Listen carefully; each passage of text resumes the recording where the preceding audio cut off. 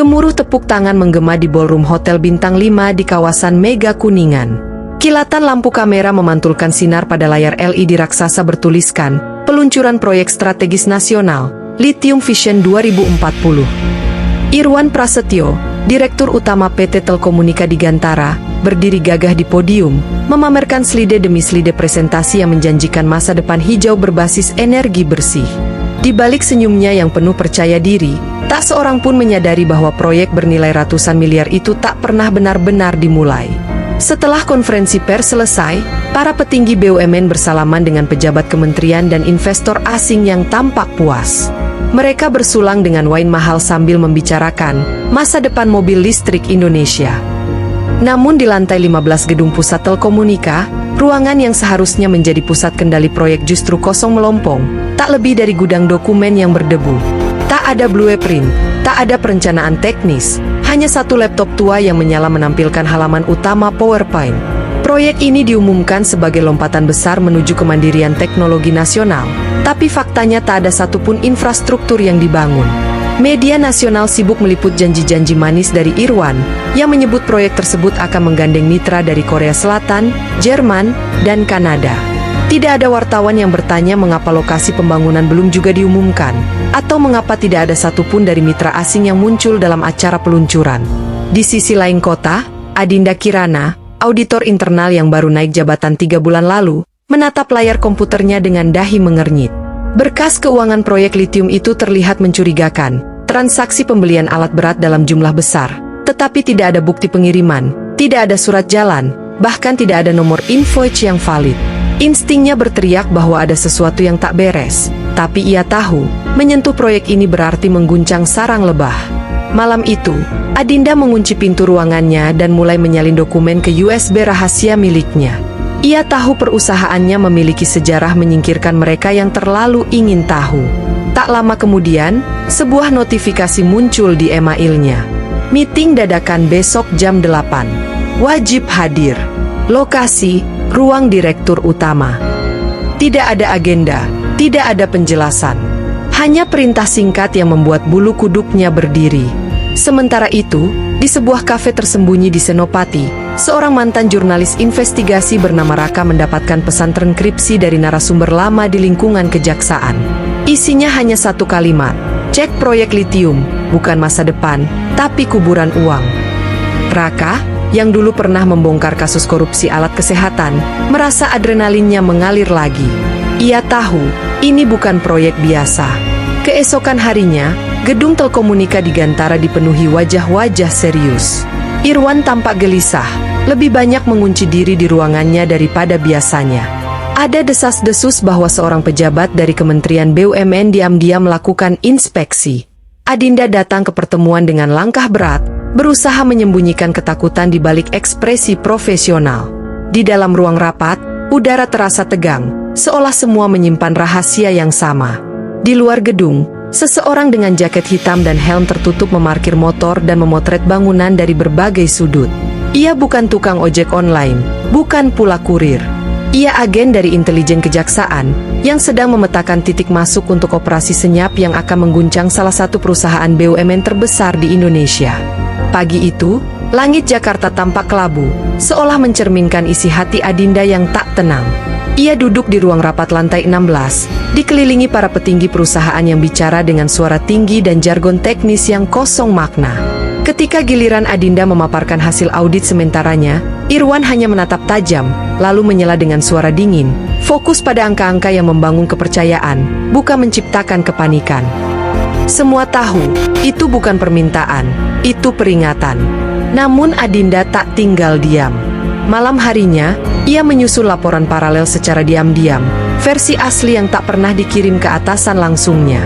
Dalam laporan itu, ia mencatat belasan kejanggalan, kontrak fiktif, vendor yang tidak bisa dilacak, bahkan dokumen pembelian alat berat yang identik dengan proyek lain 5 tahun lalu, hanya tanggal dan nomor kontraknya yang diganti. Ia menyadari, skema ini bukan hasil kerja 1-2 orang, melainkan sindikat yang rapi dan sistematis. Di tempat lain, Satgas Intelijen Kejaksaan Agung yang dipimpin oleh Kolonel Purnomo mulai mencium aroma busuk. Informasi yang dikirim oleh narasumber anonim, yakni Raka sang jurnalis, membuat tim penyelidik membuka kembali database proyek-proyek strategis nasional yang mencurigakan. Nama Telkomunika Digantara langsung mencuat di daftar merah. Kolonel Purnomo memerintahkan pemantauan pergerakan dana dan audit vendor yang pernah bekerja sama dengan perusahaan tersebut. Sementara itu, Raka tak tinggal diam. Ia berhasil melacak salah satu perusahaan vendor bernama PT Futura Energi Mandiri yang terdaftar sebagai penyedia mesin produksi litium. Namun ketika ia menyambangi alamat kantornya di Bekasi, yang ia temukan hanyalah sebuah rumah kosong dengan plang palsu. Tak ada aktivitas, tak ada karyawan. Bahkan tetangga sekitar tak pernah melihat perusahaan itu benar-benar beroperasi. Semuanya fiktif. Adinda semakin terpojok. Beberapa staf perusahaan mulai melaporkan bahwa sistem keuangan internal sedang dimonitor dan dicurigai sedang disadap. Ia mulai merasa diawasi. Pesan-pesan misterius masuk ke ponselnya, salah satunya hanya bertuliskan, "Berhenti sebelum terlambat." Ia tahu, jika terus maju, ia bisa kehilangan lebih dari sekadar pekerjaan. Namun keputusan besar telah diambil. Malam itu, ia menyusup ke dalam ruang server dan menggandakan seluruh database transaksi proyek ke dalam hard drive eksternal. Proses itu memakan waktu 2 jam, dan detik-detiknya terasa seperti meniti kawat di atas jurang. Ia hampir kepergok oleh satpam, tapi berhasil berkelit dengan berpura-pura mencari file presentasi untuk rapat esok hari. Di Kejaksaan Agung, data dari Raka mulai digabungkan dengan laporan rahasia dari Adinda yang dikirim lewat kurir pribadi. Keduanya tidak saling kenal, namun kebenaran mempertemukan mereka dalam jalur yang sama. Tim penyidik menyadari bahwa proyek ini bukan hanya fiktif, tapi dirancang untuk mencuci uang dalam jumlah masif. Nilai kerugian negara diperkirakan bisa mencapai ratusan miliar, dan ini baru permukaan. Pada akhir minggu itu, Kolonel Purnomo memerintahkan dimulainya operasi rahasia, proyek fiktif. Target utamanya, membuka kedok para aktor intelektual yang bersembunyi di balik logo BUMN dan jas mahal. Perburuan resmi dimulai, sunyi, namun mematikan. Senin dini hari, ruang kendali operasi khusus di lantai bawah Kejaksaan Agung tampak seperti pusat komando militer. Peta digital Indonesia terbentang di layar besar, ditandai titik-titik merah yang menandakan lokasi penting, kantor pusat Telkomunika Digantara, rumah pribadi para direksi, dan markas perusahaan-perusahaan vendor yang disinyalir fiktif. Kolonel Purnomo berdiri di depan tim kecilnya, 8 penyidik senior yang terbiasa menangani kasus berisiko tinggi. "Target kita bukan cuma aktor lapangan," ucapnya. "Kita incar otak di balik semua ini." Langkah pertama adalah menyusup tanpa menarik perhatian. 2 agen berpura-pura menjadi pegawai baru divisi logistik. Mereka bertugas mengakses dokumen fisik dan mengecek keberadaan peralatan yang seharusnya sudah dibeli. Hasilnya mencengangkan. Tidak ada alat berat, tidak ada kontainer pengiriman, bahkan tidak ada tanda-tanda persiapan pembangunan pabrik litium. Semua laporan yang dikirim ke kementerian adalah kebohongan terstruktur. Di waktu yang sama, penyidik lain menyasar bank tempat aliran dana proyek mengalir. Dengan bantuan otoritas keuangan, mereka melacak pergerakan uang dari rekening Telkomunika ke sejumlah perusahaan cangkang di luar negeri. Ada yang masuk ke rekening di Hong Kong, ada pula yang tersimpan dalam bentuk aset kripto. Sebagian besar dana bahkan berputar melalui 6 lapis perusahaan untuk mengaburkan jejaknya. Raka, jurnalis yang selama ini bertindak sebagai whistleblower bayangan, diminta bergabung sebagai konsultan informasi. Ia membawa catatan investigasi lengkap, artikel, rekaman wawancara, dan jejak digital transaksi mencurigakan yang ia kumpulkan sejak proyek litium diumumkan. Kolonel Purnomo menganggapnya aset berharga, namun juga potensi ancaman jika bocor ke media sebelum waktunya. Maka, Raka diawasi ketat, bahkan hingga ponselnya disita sementara. Sementara itu, Adinda menerima panggilan dari nomor tak dikenal. Suaranya berat, tegas, namun tenang. "Kami tahu apa yang kau lakukan. Jangan takut. Kami dari kejaksaan.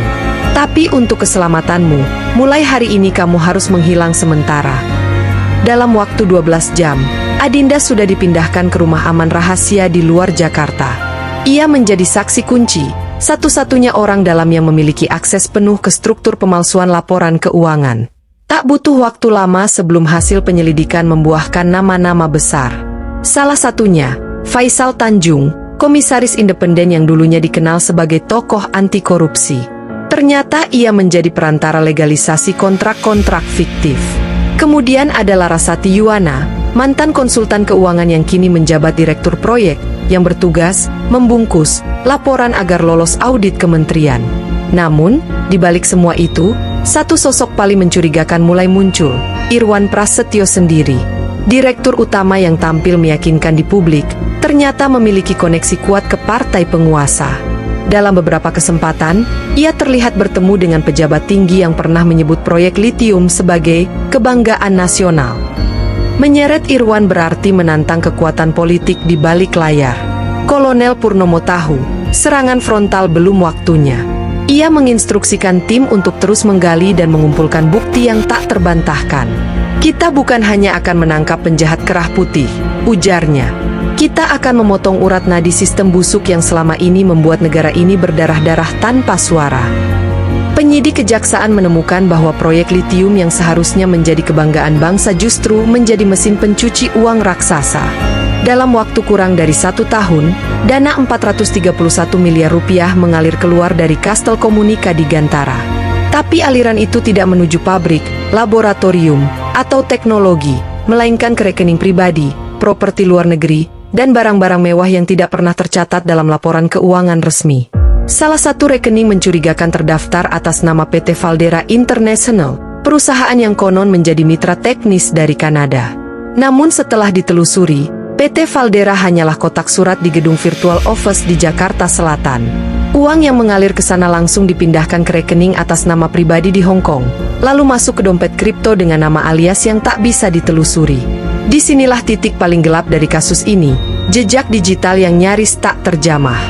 Gaya hidup para tersangka mulai berubah mencolok tak lama setelah proyek diumumkan. Irwan Prasetyo membeli villa megah di kawasan Jimbaran senilai 80 miliar rupiah dan membayar tunai. Dalam 2 bulan, ia juga membeli mobil McLaren warna oranye, jam tangan Richard Mille edisi langka, dan koleksi anggur Prancis yang hanya bisa dibeli lewat lelang internasional. Di Instagram pribadinya, yang diam-diam dipantau penyidik, ia memamerkan potret senja di Swiss dan makan malam di restoran berbintang Michelin. Larasati Yuwana tak kalah mencolok. Ia membeli apartemen di Marina Bay, Singapura, dan menyewa penthouse seharga 600 juta rupiah per bulan hanya untuk tempat rehat akhir pekan. Ia juga tercatat mentransfer sejumlah besar uang ke seorang influencer pria yang diduga kekasih gelapnya. Dalam laporan penyidikan, terungkap bahwa hampir semua transaksi dilakukan melalui jalur bersih, menggunakan perusahaan konsultan sebagai pengalih perhatian. Di Bandung, salah satu vendor proyek bernama PT Leksana Abadi dilacak ke alamat rumah sederhana. Pemiliknya, pria tua pensiunan guru, mengaku tak tahu apa-apa soal proyek litium. Namanya dipinjam oleh anaknya untuk usaha baru, tapi ternyata dijadikan boneka oleh sindikat. Perusahaan itu, menurut dokumen, seharusnya menyuplai teknologi pemurnian litium, padahal yang dikirim hanya kontainer kosong dengan segel palsu. Kejaksaan Agung mulai menyusun rangkaian bukti untuk mengajukan penyitaan aset. Tercatat 18 rekening dibekukan, 12 kendaraan disita, dan 4 properti mewah dijadikan barang bukti. Namun, penyidik tahu, ini baru sebagian. Uang yang sudah dicairkan dalam bentuk kripto atau dibawa ke luar negeri mungkin tidak akan pernah kembali. Dalam pertemuan tertutup di Kejaksaan Agung, Kolonel Purnomo menyampaikan laporan interim kepada Jaksa Agung Muda Pidana Khusus. Kita sedang menghadapi aktor intelektual yang tahu betul cara memanfaatkan celah sistem, katanya. Tapi mereka lupa satu hal, kesombongan membuat mereka lengah. Ia kemudian memperlihatkan video rahasia yang direkam oleh penyidik di Bali. Irwan sedang berbicara tentang rencana pensiun dini di Dubai sambil tertawa angkuh. Instruksi pun dikeluarkan, tangkap sebelum ia lepas. Irwan Prasetyo telah membeli tiket pesawat pribadi menuju Uni Emirat Arab dengan identitas palsu. Tim kejaksaan, dibantu Interpol dan imigrasi, bersiap melakukan penggerbekan terbesar dalam sejarah korupsi BUMN dekade ini. Hujan turun deras malam itu ketika 3 mobil hitam tanpa plat resmi berhenti di depan villa mewah di Jimbaran, Bali. Di dalamnya, Irwan Prasetyo tengah mengemasi barang-barang berharga, paspor palsu, jam tangan edisi terbatas, dan koper berisi uang tunai dolar Amerika. Ia sudah siap meninggalkan Indonesia dalam hitungan jam. Di atas meja, boarding pass menuju Dubai dengan identitas Leonard Wijaya sudah tercetak rapi. Irwan tak tahu, di luar sana, tim gabungan Kejaksaan Agung dan Interpol sudah mengepung. Jam menunjukkan pukul 2.14 dini hari ketika Kolonel Purnomo memberi aba-aba. Dalam hitungan detik, pintu villa didobrak dan tim masuk cepat dengan formasi rapat. Irwan terperangah, tubuhnya membeku saat lampu senter menyilaukan wajahnya. Irwan Prasetyo, Anda ditetapkan sebagai tersangka dalam kasus korupsi proyek fiktif litium. Anda ditahan atas perintah Kejaksaan Agung Republik Indonesia. Tak ada perlawanan. Irwan hanya menggeleng pelan, seperti tak percaya semua sudah berakhir. Di waktu yang hampir bersamaan, tim lain bergerak di Jakarta, Surabaya, dan Medan. Larasati Yuwana ditangkap di Bandara Soekarno-Hatta saat hendak terbang ke Singapura. Ia mencoba kabur dengan paspor dinas milik salah satu pejabat kementerian yang ia sogok, namun penyidik sudah lebih dulu menyusup ke dalam sistem imigrasi. Dua tersangka lainnya ditangkap saat sedang berpesta di Hotel Bintang 5, dalam keadaan mabuk berat, tidak menyadari mereka diawasi selama berminggu-minggu. Kabar penangkapan 9 tersangka menyebar cepat di kalangan elit politik dan bisnis. Media baru mengetahuinya keesokan pagi, namun di grup-grup tertutup para pengusaha, desas-desus soal penggerebekan sudah menjadi obrolan hangat. Banyak yang terkejut, tak percaya bahwa Irwan yang dikenal sebagai sosok bersih dan inspiratif ternyata dalang dari salah satu kejahatan korporasi terbesar dalam sejarah BUMN. Sementara itu, Adinda yang masih berada di rumah aman menyaksikan berita penangkapan lewat televisi. Wajah Irwan terpampang jelas, diapit 2 petugas, tangannya diborgol. Ia menangis pelan, bukan karena iba, tapi karena kelegaan. Untuk pertama kalinya dalam hidupnya, ia merasa perjuangannya yang sunyi tidak sia-sia. Ia sudah siap memberikan kesaksian di pengadilan, meski tahu risiko yang masih mengintainya belum sepenuhnya hilang.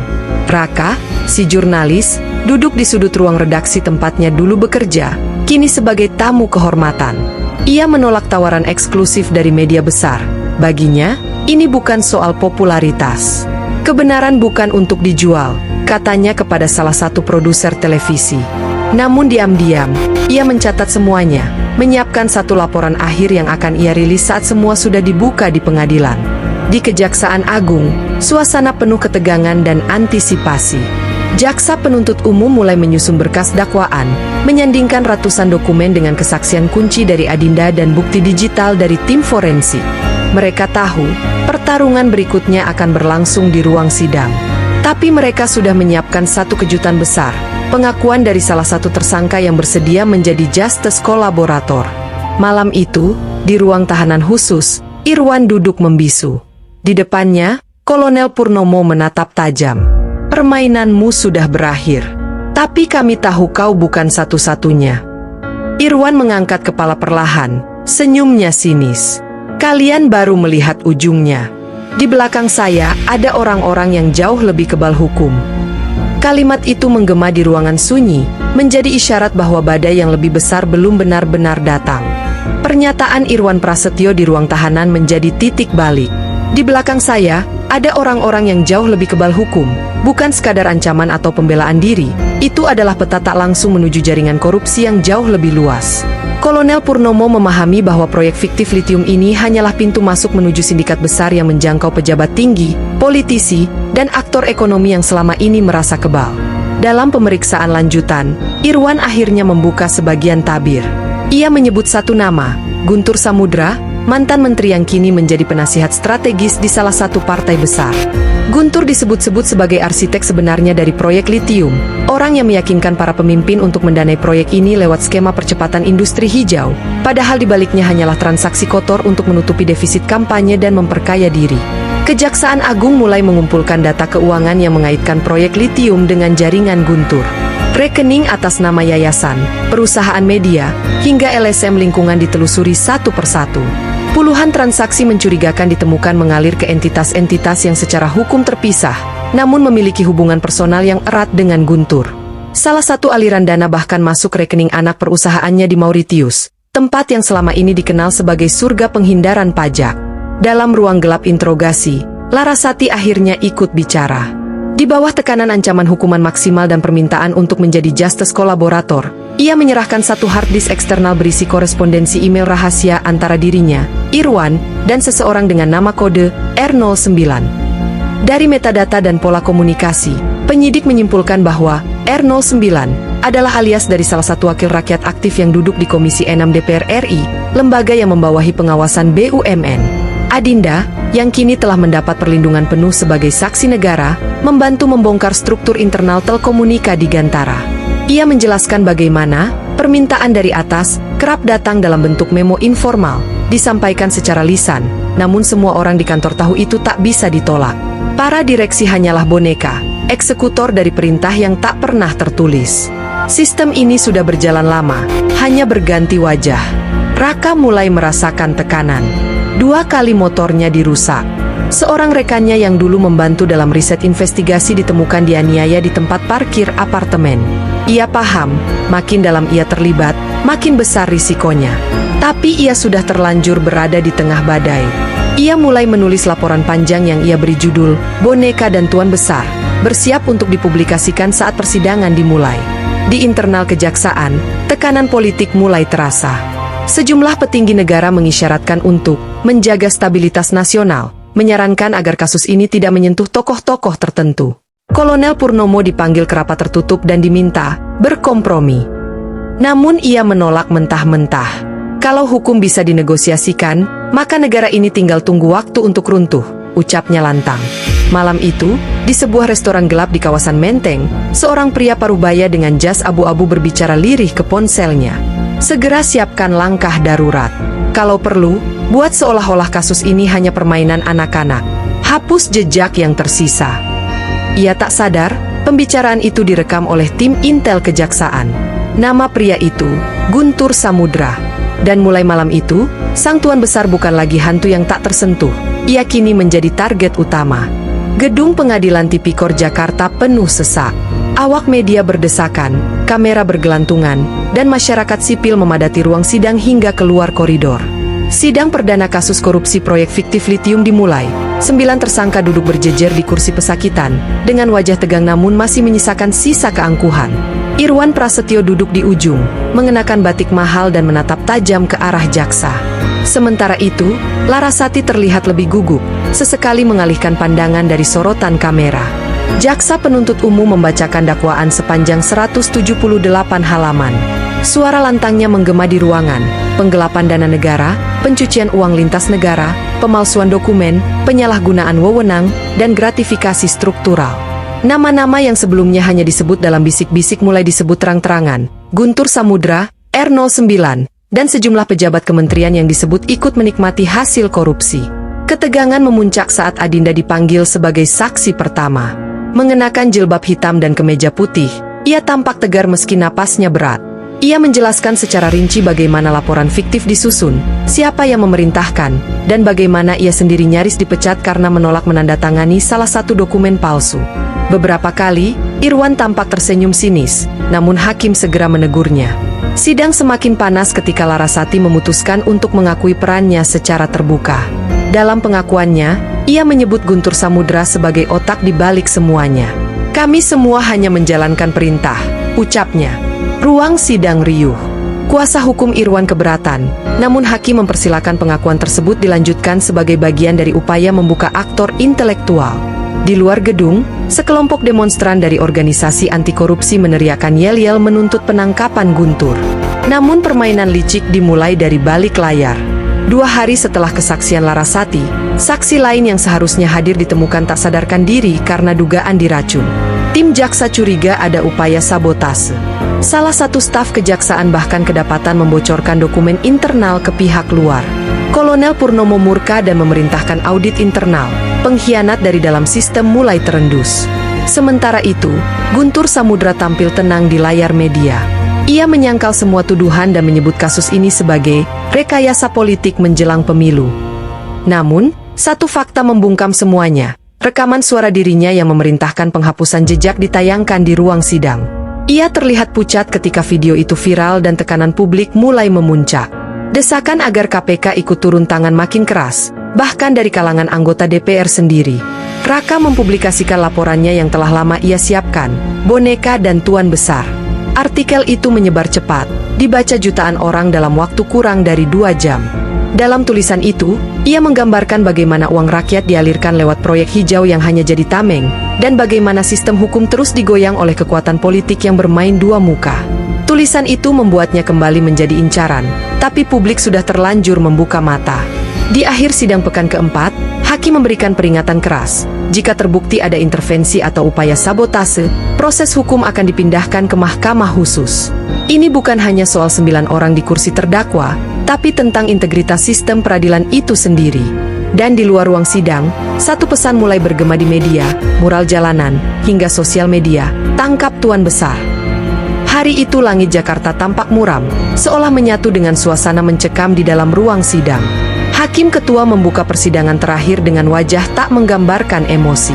Publik menanti, apakah ini akan menjadi akhir dari permainan kotor, atau justru titik awal dari permainan yang lebih licik? Di kursi pesakitan, Irwan Prasetyo dan 8 tersangka lain duduk membisu. Di antara mereka, Larasati tampak paling letih, matanya sembab tapi penuh pasrah. Jaksa membacakan tuntutan terakhir, hukuman maksimal 20 tahun penjara untuk Irwan dan Larasati, serta bervariasi antara 8 hingga 18 tahun untuk para tersangka lainnya. Selain itu, jaksa juga menuntut penyitaan seluruh aset, pencabutan hak politik, dan restitusi kerugian negara sebesar 431 miliar rupiah. Nama Guntur Samudra kembali disebut secara eksplisit. Meski belum menjadi terdakwa resmi, tekanan publik dan bukti rekaman membuatnya kini nyaris tak bisa bersembunyi lagi. Tak lama setelah itu, Komisi Pemberantasan Korupsi, KPK, resmi mengumumkan penyelidikan terpisah terhadap Guntur dan sejumlah politisi lain yang disebut terlibat.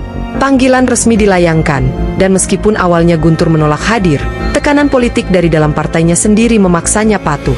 Ia hadir di gedung KPK dengan wajah datar, dikawal ketat, dan enggan bicara sepatah kata pun. Publik menyambutnya dengan spanduk besar bertuliskan, "Bukan Tuhan, Guntur pun bisa dipenjara." Di pengadilan, Adinda memberikan kesaksian terakhirnya dengan suara gemetar tapi mantap. "Saya hanya pegawai kecil, tapi saya tidak mau hidup dengan rasa takut seumur hidup saya. Negara ini terlalu sering ditipu oleh orang-orang yang berpura-pura membangun demi rakyat." Ruangan hening. Bahkan hakim menundukkan kepala sejenak, memberi waktu untuk sunyi berbicara lebih keras dari kalimat manapun. Putusan dijatuhkan 3 hari kemudian. Irwan divonis 18 tahun penjara, Larasati 15 tahun, dan sisanya antara 6 hingga 14 tahun. Hakim juga memerintahkan seluruh harta hasil kejahatan dirampas untuk negara. Tangisan pecah di ruang sidang, tapi juga tepuk tangan panjang dari para aktivis anti korupsi yang selama ini mengawal kasus. Untuk pertama kalinya dalam beberapa tahun terakhir, publik menyaksikan bahwa keadilan tidak sepenuhnya mati di negeri ini. Raka, dalam artikel penutupnya berjudul, "Penjara atau Revolusi", menulis, hukuman adalah bentuk balas dendam yang dilegalisasi negara. Tapi perubahan adalah bentuk pembalasan yang dijalankan oleh rakyat. Artikel itu viral dan menjadi bahan diskusi nasional. Banyak yang mulai menuntut reformasi total dalam tata kelola BUMN dan proyek-proyek strategis nasional. Bahkan, usulan untuk membentuk lembaga pengawasan independen mulai digodok di DPR. Guntur Samudra akhirnya ditetapkan sebagai tersangka oleh KPK. Ia mencoba lobi sana-sini, mengancam, bahkan mengiming-imingi kompromi politik. Tapi publik sudah terlalu marah untuk diam. Desakan datang dari semua arah. Kali ini, kekebalan yang dulu ia nikmati runtuh di hadapan tekanan rakyat. Ia ditahan dalam sunyi, tanpa liputan besar, tanpa pembelaan dari kolega politiknya. Semuanya menjauh saat kekuasaan tak lagi bersinar di pundaknya. Cerita ini berakhir di satu ruang kecil, tempat Adinda menatap sore dari balik jendela. Ia kini bekerja di lembaga anti korupsi independen, jauh dari sorotan, tapi lebih tenang. Raka kembali menulis, bukan untuk sensasi, tapi untuk mendokumentasikan kebenaran. Dan di dalam penjara, Irwan Prasetyo duduk sendirian di selnya, membaca koran yang memuat wajahnya, dengan judul besar di halaman depan, "Akhir dari Sang Boneka, Jatuhnya Sang Tuan." Dan begitulah akhir dari kisah kelam proyek fiktif yang menelan uang rakyat hingga ratusan miliar rupiah. Di balik layar korporasi, di balik meja rapat yang mewah, ternyata tersimpan permainan kotor yang nyaris tak terendus, kecuali oleh mereka yang berani bersuara.